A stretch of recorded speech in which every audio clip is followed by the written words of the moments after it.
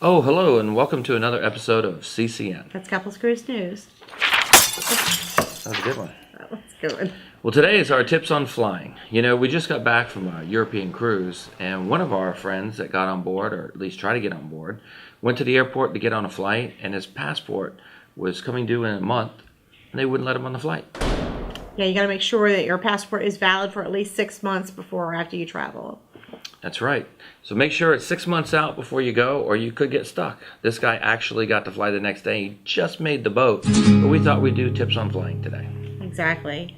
And don't forget, when you're looking for your flights, to consider the luggage fees and the other add-ons, because they can become very expensive with those extra fees added. That's right. A $100 flight might seem cheaper initially, but you might be able to get a $120 flight that includes your luggage. So it'll end up being a lot cheaper than if you did it a la carte. Exactly. Another thing to do that we always say is come in a day early, especially like for a cruise. Because what happens if there's storms where you're at, or even storms before your flight got to you? You could be delayed, or your flight could even be canceled. Sometimes there's mechanical problems. It's not the airline's fault if there's a mechanical problem, but it will be your fault if you miss the boat. Exactly. And when you're trying to get those flights and things, don't forget to use your frequent flyer miles if you have them, or get a credit card that has a frequent flyer miles on it. Use that to earn those miles. Stick with the same airline so you can build those miles up and have enough to do your travels with. Especially if you're doing an international flight. International flights are really expensive, and that's a place where most people use their points. Exactly. Carry-on luggage. That's always a good thing. We went on a trip to the BVI's, and all we brought was carry-on luggage, which was really nice. I just brought a backpack, and Tess brought a little carry-on luggage. But nowadays, if you get the largest possible size for carry-on, you can pack a lot of stuff in there. Absolutely. Especially if you use those space saver bags. That sure does help a lot. And you can reduce your luggage fees. Instead of bringing two big checked luggages, maybe you can bring one, save yourself $50, and cram everything into those small ones. And make sure you get good luggage. Don't get the cheapest thing you can find, because it's just going to fall apart eventually. Quicker than is if you got good luggage. You could get good luggage at a lot of discount places like Ross or TJ Maxx, Marshalls, Costco, Steinmart. There's a lot of places to go and get good quality luggage at a reduced rate. That's true.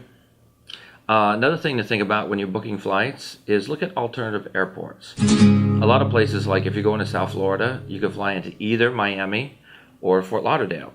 And even in some places like Dallas or Chicago, there's more than one airport. So it depends on which airport you go into and what airline you use. You can save money by not going to the big airport, but going to the secondary airport.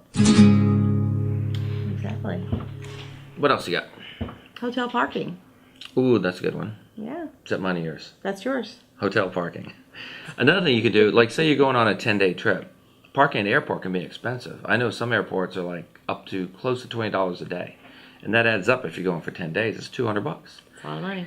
One thing we do is we'll go to a hotel that's right across the street and catch the shuttle over. And we can park for free. Exactly. It's a good way to stay the night before and catch your flight the next morning. Yeah, especially if you have an early flight. Whatever it costs you for a hotel, maybe it's $80, might be cheaper than actually doing your parking. Exactly. It's like getting a hotel for free the night before your flight. That's true. Another tip is, and this is something I do, especially on those long international flights, make sure you have some compression socks that you put on before. Because sometimes your ankles swell when you're up in the air that long, and it certainly helps. Compression socks. Yes. I like it. They help a lot. Let's see, what's my next one? Jet lag. Especially on long flights, like international flights again, jet lag can really kick you in the butt.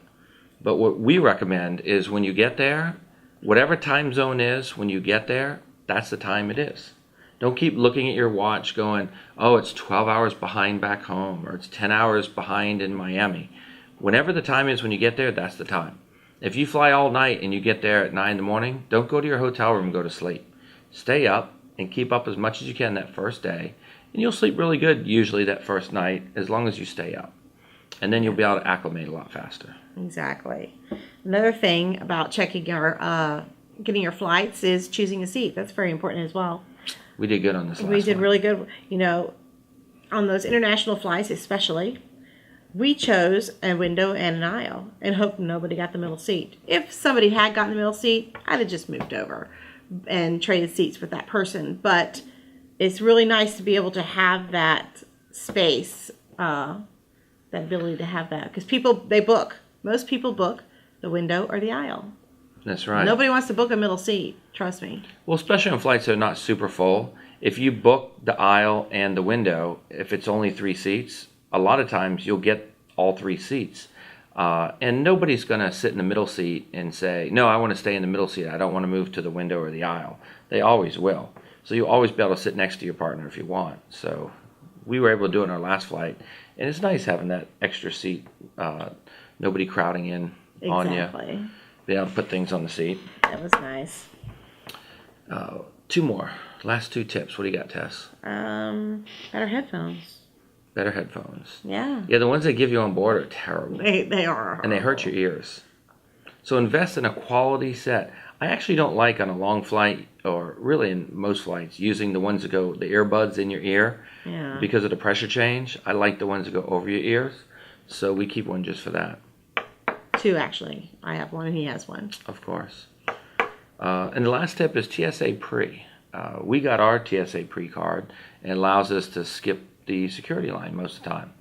It's so worth it. You don't have to pull out your computers. You don't have to take off your shoes or remove your jacket. You just sail on through. Yeah, it's very worth nice. it. It's really easy to do. Most cities will do it.